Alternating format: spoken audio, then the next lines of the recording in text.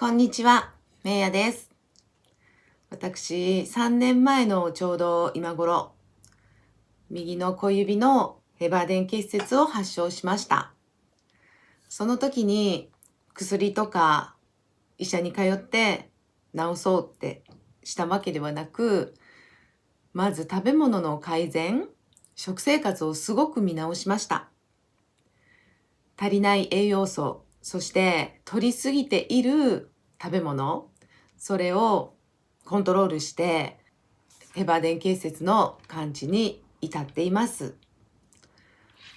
ヘバーデン結節とかプシャール結節とか手指の疾患お持ちの方、甘いもの、お菓子大好きだと思うんですね。これは疾患に限らずどんな人たちもやっぱり甘いものって好きだと思います。しかしながらこのヘバーデン結節をね発症して治そうってするのであれば、絶対的にいけないのは糖質、白いお砂糖、そして良くない油、ショートニングとかマーガリンとか、そういったトランス脂肪酸を取りすぎているといつまで経っても痛みっていうのは改善しないと思うんですね。で、それ分かっているんですけども、やはり甘いものって中毒性があります。砂糖と小麦が合体してしまうと、こう食べないとなんか落ち着かないわっていう風に中毒になってしまいますよね。私もその経験があるのでよくわかります。で、昨年の12月、そして今年の1月、グルテン祭りというふうに呼んでますけど、もうとにかく気にしないで甘いもの食べようっていうふうに過ごしていました。ヘバデン結節が再発したとか、手の関節が痛くなったっていうことは全くないのですが、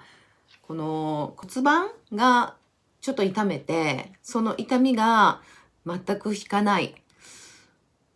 これはなんでかなって考えて、私お菓子ずっと取り続けているなと思って、お菓子を食べるのをピタッとやめました。するともう4、5日でみるみるとこう痛みがどんどん消えていくんですね。なので、やっぱりお菓子、砂糖っていうのは良くないなって、また痛切に感じたところなんですけど、そんな動画をね、少し前に、投稿いたしました。それに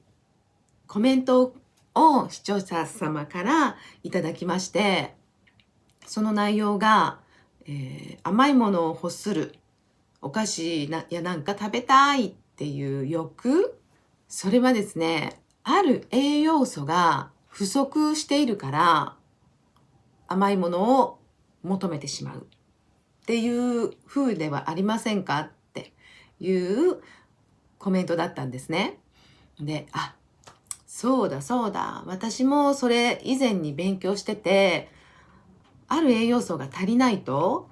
甘いものをどうしても欲してしまう。糖質を欲してしまうっていうことを勉強したんですね。で、今もね、甘いものをもちろん食べたいなっていう欲はあります。で、ご覧いただいている皆様も一生懸命我慢してるとは思うんですけども、でも我慢するのではなく、求めない、なんかこう体になればとても楽で心地よいじゃないですか。今日は甘いものが欲しい、甘いもの中毒の人たち、そんな時にどんな栄養素が不足してるからというお話をいたします。不足している栄養素によって甘いもの中毒になってしまうというものがあるのですけど、代表的なものを2つ挙げます。まず1つ目はマグネシウム。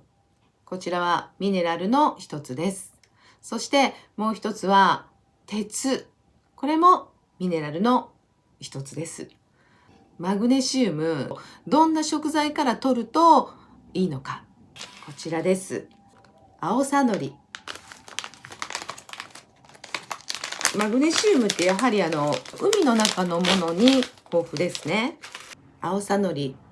マグネシウムがどんな食材よりもたっぷり入っている食材です。そしてもう一つ、焼き海苔、海苔ですね。海苔にもマグネシウムがたくさん含まれています。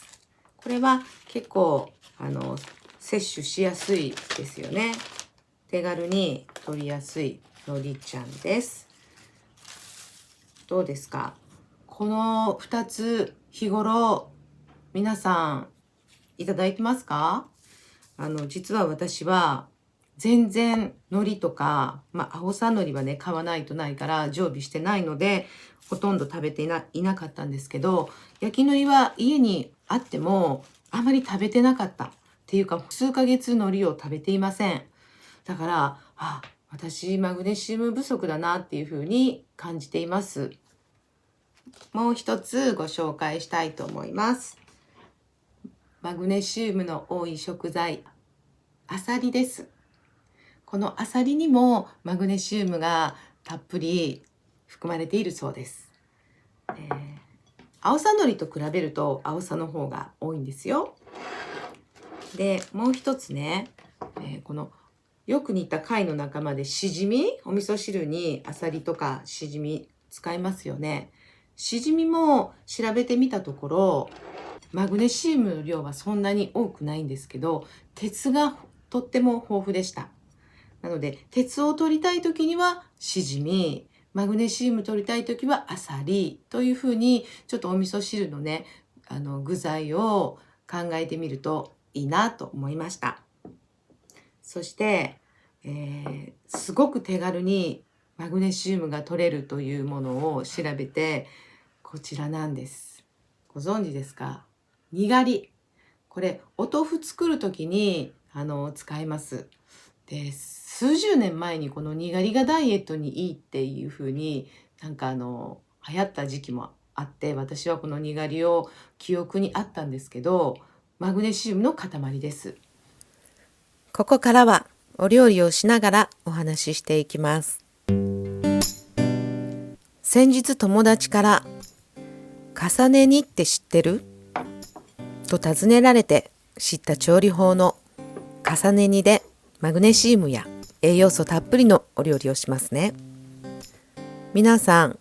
重ね煮って知っていますか？野菜、肉、魚介類などをお鍋で煮るのですが、お鍋に入れていく食材の順番があり、順番通りに入れて煮ることで砂糖や化学調味料を使わず、本来食材が持っている自然の旨味を最大限に引き出す調理法のようです。それでは頭で分かっていても、チョコレート、ケーキ、クッキー、和菓子、菓子パン、ジュースなどついつい手が出てしまう甘い誘惑はそこら中に溢れているから、なかなかやめられない。そんな欲求が強いのはマグネシウム不足かも。マグネシウムは体内では作れない栄養素で、1日に必要な量を満たしていれば体が最適に機能することができる栄養素です。どんな機能を担っているかというと、骨や歯をカルシウムと一緒に作ってくれる。体、筋肉の緊張をほぐす。血流を良くする。血圧上昇を防ぐ。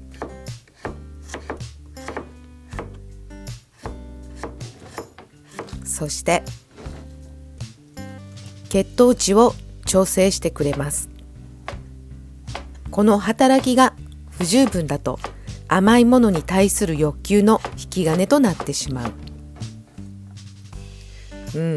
なるほどです。甘いものへの欲求だけでなく、不足すると糖尿病、高血圧、骨粗しょう症、アトピー、片頭痛、うつ、便秘、すべての人にとって病気の治療薬ではないけど、意識して摂っていきたい栄養素ですね。ところでこの重ね煮、15種類の食材を入れました。パンパンになってます。粗塩を振り、少しだけのお水 50cc くらいだけ入れて無水に近い状態で煮ます。煮立ったら弱火で40分くらいコトコト煮て、硬い野菜、人参などが柔らかくなったら出来上がりです。重ね煮に使うものは何でも良いのですが、きのこ、人参、玉ねぎを入れるのが美味しくなるコツみたいです。ここで重ね煮に入れる順番を少し出しますね。重ね煮で検索すると出てくるので、ご興味がある方は調べてみてください。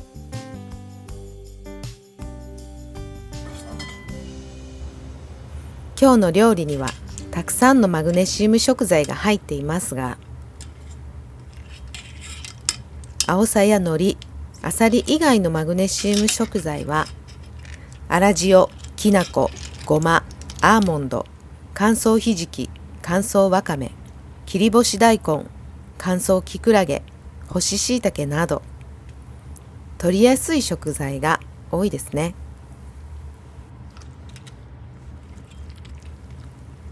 さて、この重ね煮、上級者さんはいろんな料理に変身させるようですが、私はお味噌汁にします。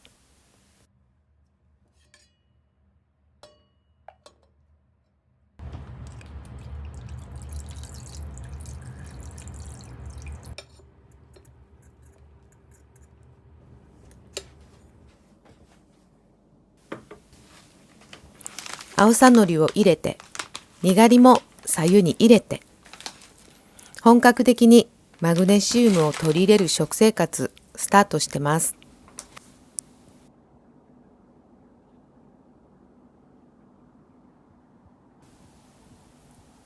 にがりは1日 2cc くらいが程よい摂取量のようで、2cc は1日あたりのマグネシウム所要量の3分の1ぐらいが取れるようです。にがりだけでマグネシウムを取ってやろうと、やみくもに取るのは NG ですね。まだ始めたばかりのマグネシウム摂取ですが、これから体の変化を感じていけたらと思っています。あと、鉄分不足も甘いもの欲求が起こるようなので、サプリメントから摂取するではなく、食品から栄養素をとっていきたいと思います。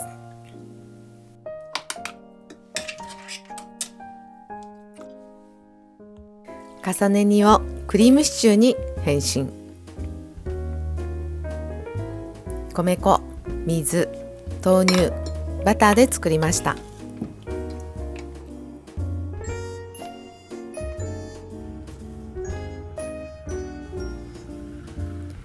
野菜の出汁が出ていて美味しい。ここまで見ていただいた皆さん、本日もご覧いただきどうもありがとうございました。今日の動画はどうでしたか？皆さんのご意見などコメントをお待ちしております。また次回の動画でお会いしましょう。さようなら。